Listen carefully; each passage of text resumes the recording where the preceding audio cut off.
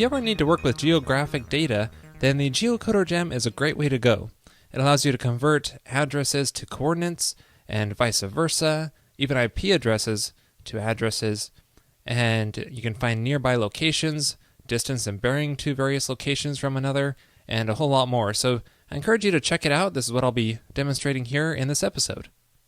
What I want to do here is create an application called Sightseer, which will allow various people to come on and recommend different tourist locations. So the first thing I need to do is create a location model so we can create some tourist locations.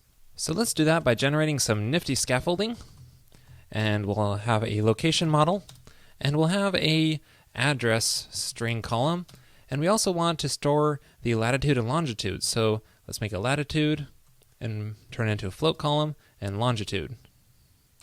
Now the naming of these two columns is important. It's what Geocoder relies on, but you can customize that too if you want. So both latitude and longitude should be floats, and we'll just generate this and also migrate the database. So now we have this location model scaffolding set up, and I can create a new location, but the problem is I have to enter in the latitude and longitude manually here. It would be great if I just had to enter in an address and these two columns would be filled in automatically. So we can do that through Geocoder. The first step is to go to your gem file and add the Geocoder gem there, and then run the bundle command to get that installed. And then you can go into your model, the location model in this case, and then just add a geocoded by call, and then specify the attribute you want to geocode into latitude and longitude. In this case, the full address here. Now, if you have multiple parts of an address split into columns, you can turn this into a method and just specify the name of the method here. But here we just have it all in one string column, so just specify that.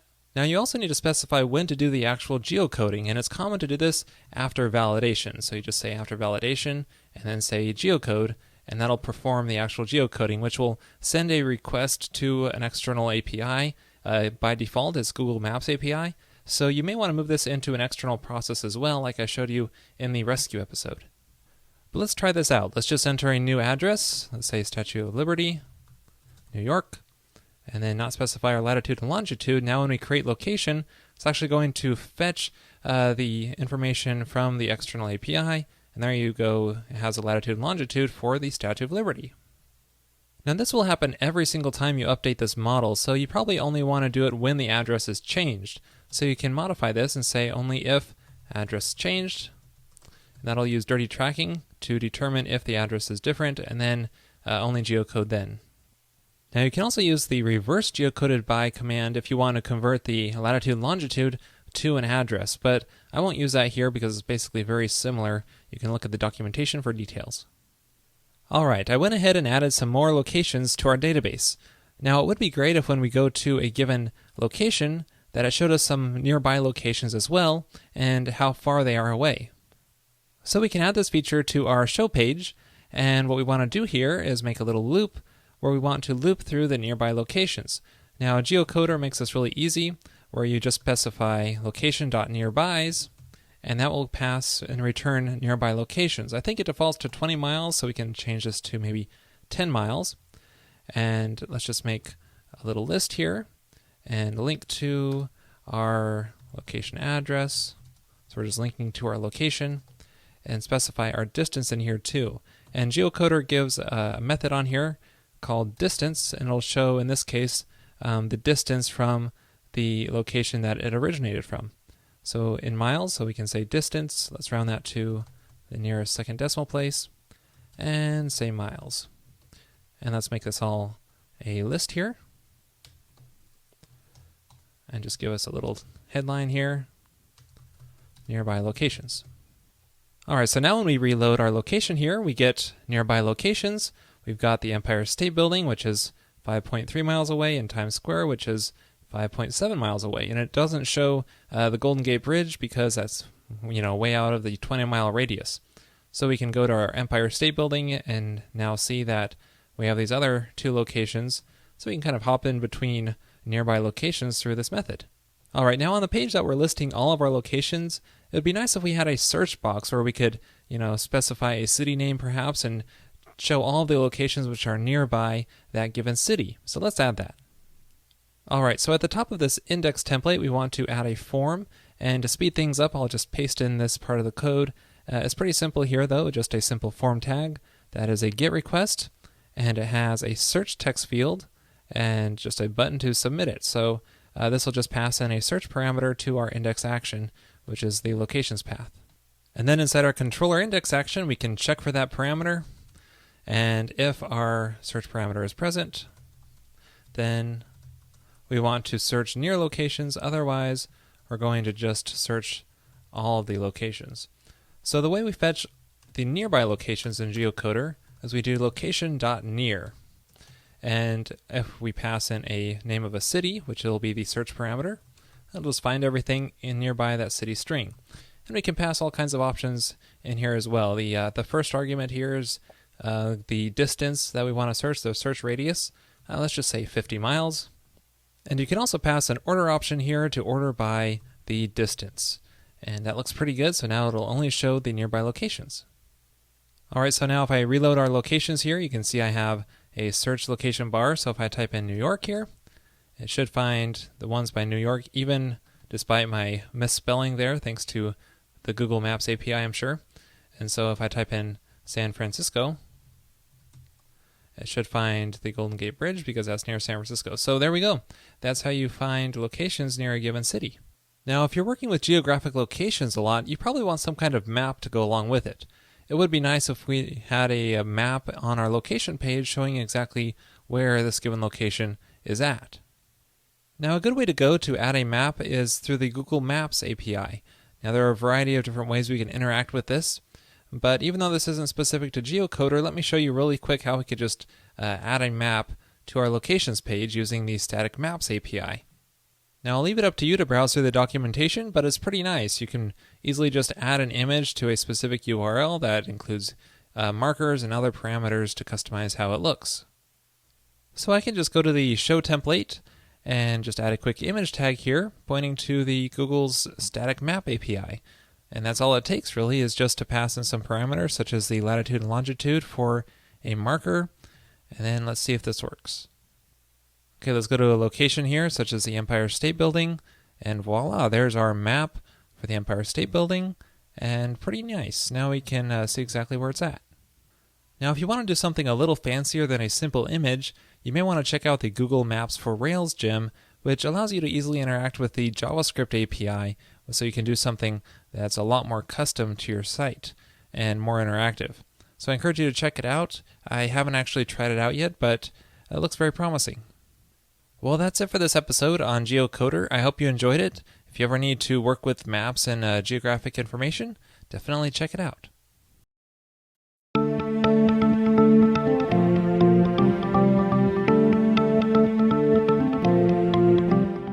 In this example app, I have a list of movies, and currently users are able to write reviews for movies, but I would like to add a little more social interaction here by integrating Facebook into this app.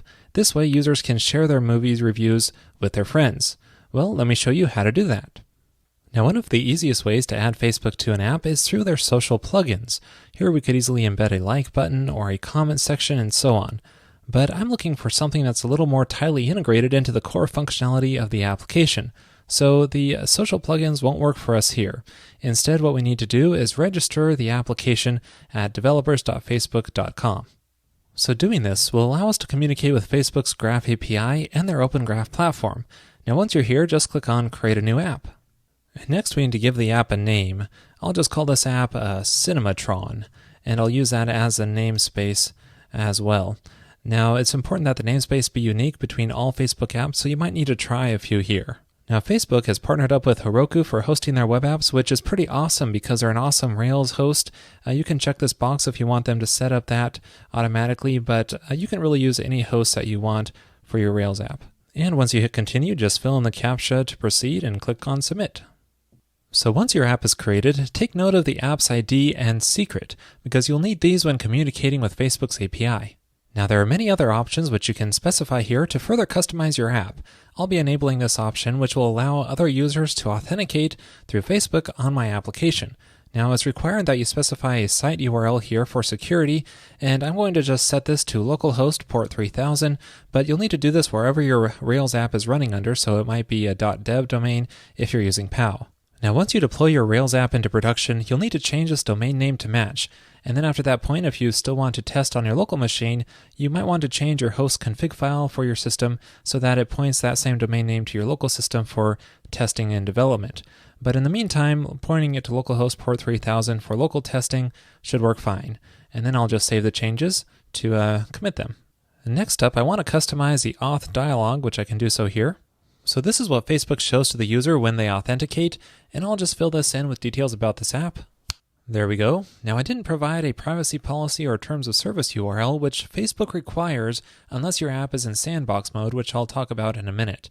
But once you fill this out, you can click Save Changes, and then you can preview the dialog here to see what the user would see. That looks good. So next I'll go to the advanced settings, which is where I can enable sandbox mode. It's disabled by default, but I can enable it, so this will make sure that the app is only visible to its developers. And that's the only thing I'm going to change here, but there are a lot of other options which you can check out.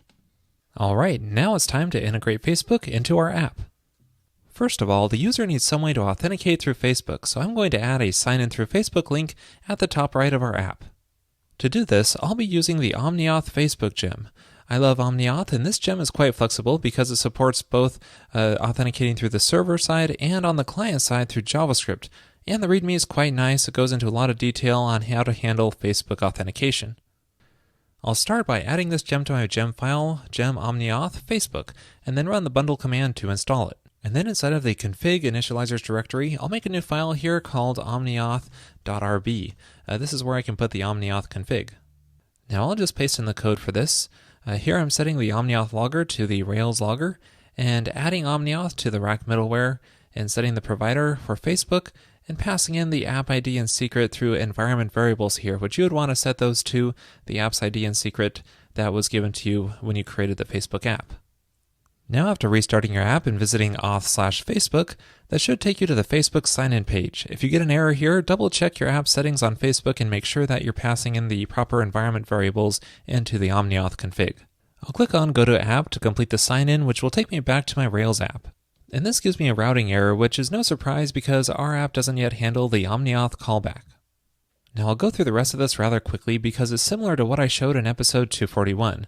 Going into my routes file, I'll just paste in some code here to add a few routes for responding to the callback URL and passing that to a sessions controller create action, which I'll need to make. I'll make a new file here called sessionscontroller.rb.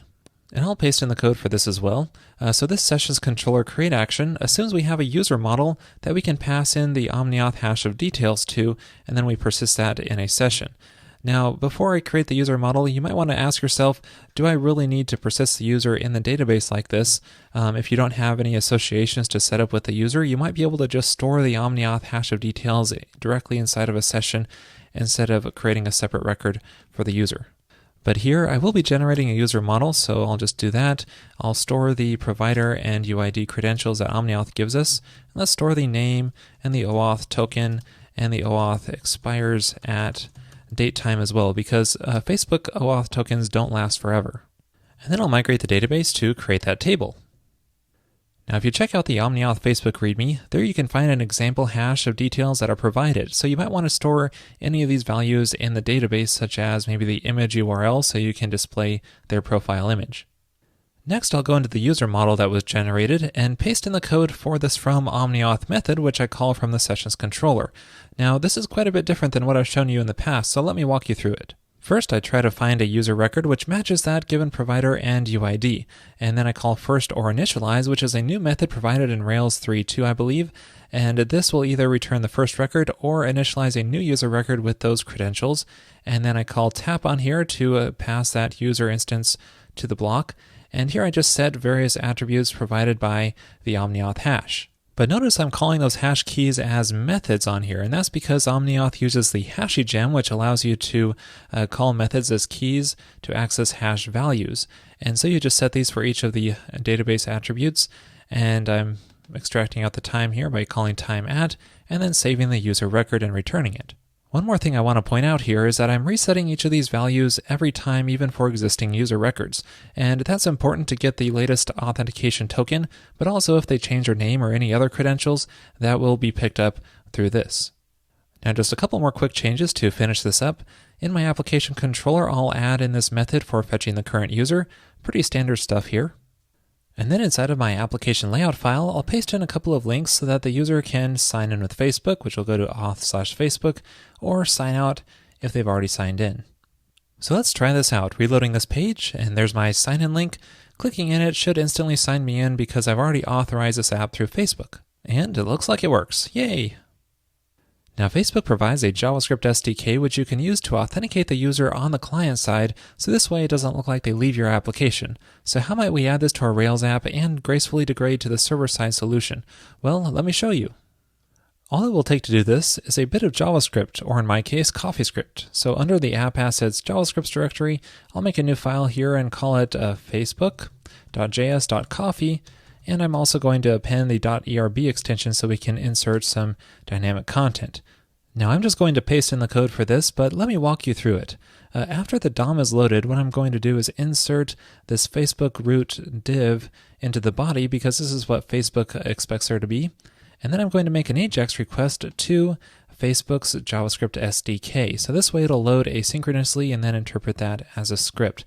Now once that's done loading, it's going to trigger this fb async init function on the window, so this means the JavaScript SDK is fully loaded and ready for you to use.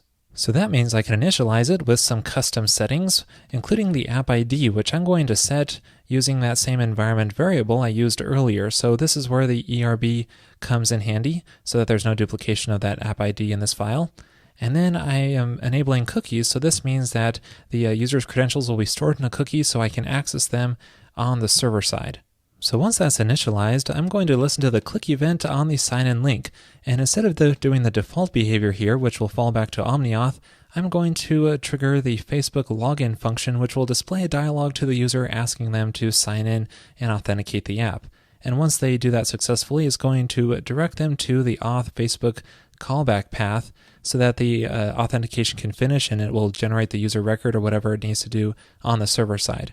Now you might want to trigger this remotely through AJAX instead of just directing the user there if you want to keep everything on that same page. And then lastly, I have the sign out link, which when clicked is going to check the Facebook status and see if they're currently logged in.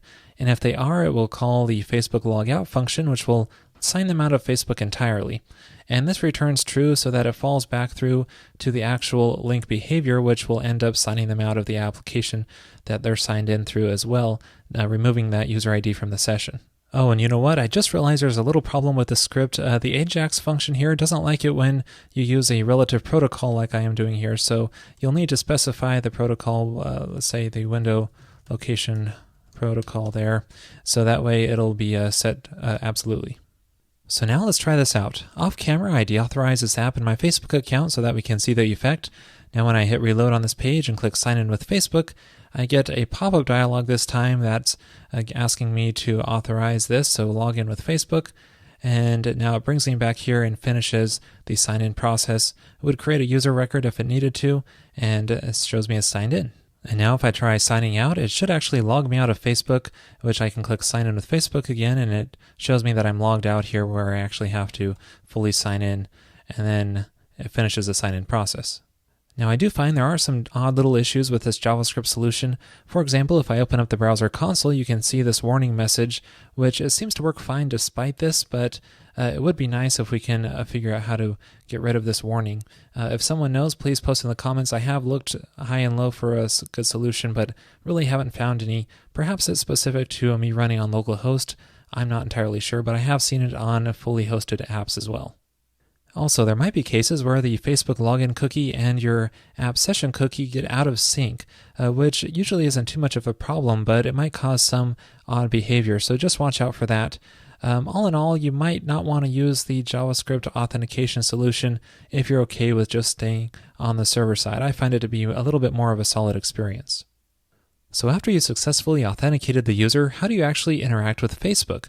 Well, you can do that through their JavaScript SDK or on the Ruby side through a gem like Koala. So the README is pretty nice here. If you check this out, you can just pass in that OAuth token in the user table into here, and then just interact with the Facebook API and grab information about the user or post user activity, and so on. Now there's a lot more I could talk about here, but we're out of time for this episode. But in the Pro episode this week, I go into detail on exactly this topic and show you how to get the most out of Facebook's Graph API.